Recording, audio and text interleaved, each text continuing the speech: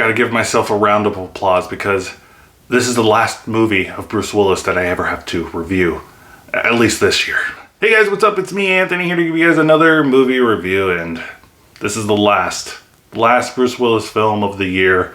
I already saw the trailer to the next film in 2022 for Bruce Willis.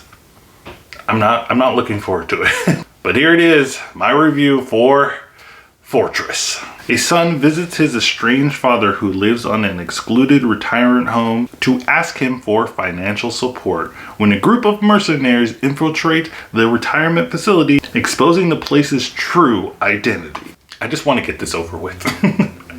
This is the last Bruce Willis film of the year, and it's not the worst one. It's not the worst Bruce Willis film of the year. That still goes to Cosmic Sin and all the rest of them. But The Fortress is not good. And again, you already know this. You know the jiffy already about Bruce Willis films. But I gotta say, this year in particular has been very interesting for Bruce Willis films because there's like a joke going around that Bruce Willis has been on the same set for the last 5 years, and I'm starting to believe him because there's other people trapped on the same set as him. You have Chad Michael Murray, who's on the same set. I mean, he did a movie with him. You have the guy from John Tucker Must Die. I could have sworn I saw a movie with him and Bruce Willis like last year. And Michael Cera, another actor that's been in multiple Bruce Willis movies this year.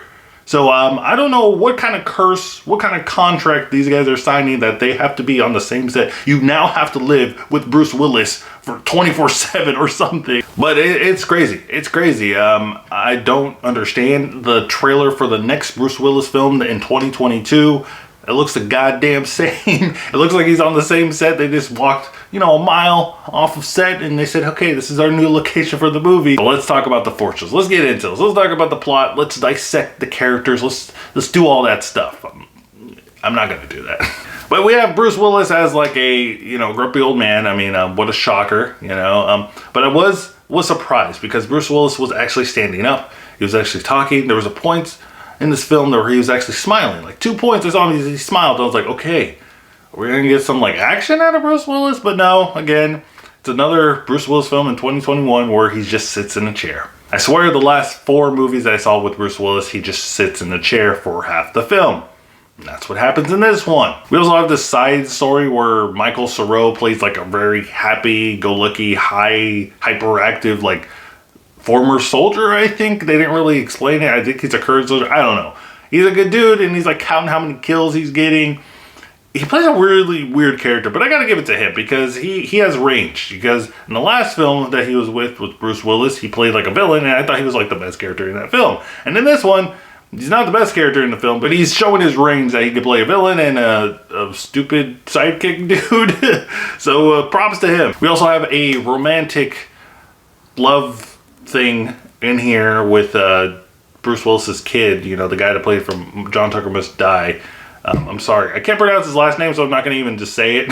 That happens out of nowhere. I don't know how this love developed. They saw each other for like a day, and then all of a sudden they're in love with each other. I don't know. I don't get it. I don't know why I'm trying to understand it. But I have to say, out of everything that I watched in this Fortress movie, I'm going to be praising and saying that, you guys should just watch the movie just for this. Chad Michael Murray. I'm not even a One Tree Hill fan, and I'm saying that you should just watch it for Chad Michael Murray. But he really surprised me in this film. I mean, it's not a performance that's going to blow me out of the water or anything, but I was surprised because, Chad Michael Murray, last couple films I saw him with Bruce Willis, he didn't really do anything that special. He wasn't bad, but he didn't do anything that special. But with this one, he's playing the villain in here. He does a good job of playing a generic bad guy that just says, give me my money or where's my money.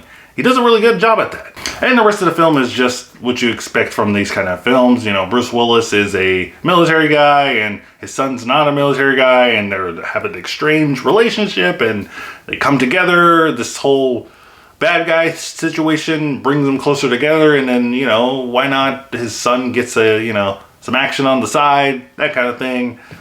I don't know what else to say about this film. I know you guys are like me reviewing these Bruce Willis films, and to an extent I kind of enjoy it too because you guys love it. You guys love it. But there's nothing to say about this film. There's nothing much to say about this film. And I'm worried. I'm worried about the next year of Bruce Willis films because I feel like they're going to be the exact same. But I'm going to be here to talk about them. But overall, guys, what can I say about Fortress? It's the most non-offensive Bruce Willis film of 2021. That's all I can say. But guys, let me know what you think of Fortress in the comments down below. Did you like it? Did you hate it? Do you think that Chad Michael Murray is cool? Did you watch One Tree Hill? I didn't. I know a couple of you probably didn't. So that would be interesting to know. Also, guys, don't forget to check out my Twitter so you can stay up to date with my channel. Don't forget to like and subscribe. And remember, guys, keep watching movies.